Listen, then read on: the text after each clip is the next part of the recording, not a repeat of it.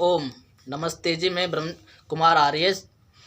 तो आज हम बात करते हैं कि ब्रह्मचर्य किन किन साधनों से अच्छा सही होगा। हमारा ब्रह्मचर्य एकदम तंदुरुस्त कैसे होगा, मजबूत कैसे बनेगा। तो हमें करना कुछ भी नहीं है, हमें तो सिर्फ ये और सिर्फ खान पीन, अपना व्यवहार और एक आचरण और शुद्ध विचार। हमारे विचार बिल्कुल गलत नहीं होने चाहिए। किसी भी प्रकार की हम गलत चीज़ें ना देखें। अगर हम गलत चीज़ें नहीं देखेंगे तो हमारे गलत विचार बनेंगे ही नहीं।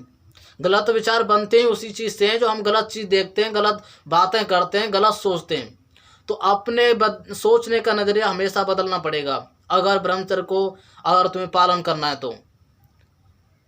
और दूसरी बात अपने खाने पीने को लेकर के है, अच्छा खाओ, दूध पियो और जूस पियो, फल खाओ। और हमेशा याद रखो, आजकल सीधी बात तो यह है कि ब्रह्मचर्य नाश हो क्यों रहा है, हमने कभी ध्यान नहीं दिया।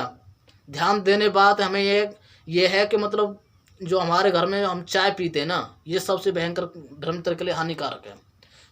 मान लीजिए 5 किलो दूध लिया आपने और उसमें थोड़ी सी चाय पत्ती डाल दी, तो दूध में से मक्खन नहीं निकल सकता। क्यों? क्योंकि सारी एनर्जी को ख़त्म कर देती है चाय पत्ती। और मान लीजिए तुमने चाय पी भी ली तो उससे कितनी हानि होगी। हमारे हमारे सफ़ेद बाल हो जाएंगे।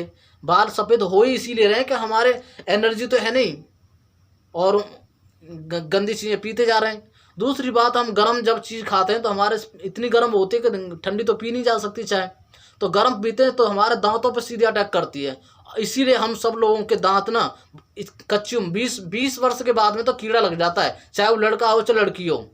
इसलिए किसी के दांत बचे ही नहीं। और दांतों को मजबूत रखना है, सुरक्षित रखना, तो चाय को छोड़ना पड़ेगा। और ब्रह्मचर्य को बहुत हानिकारक चीज़ है चाय, इसे तो बिल्कुल ही जमा छोड़ दो अगर पीते हो। तो इन चीज़ों को हमें ब्रह्मचर्य से लेकर के बहुत सारी बातें आगे भी आप देखते रहोगे।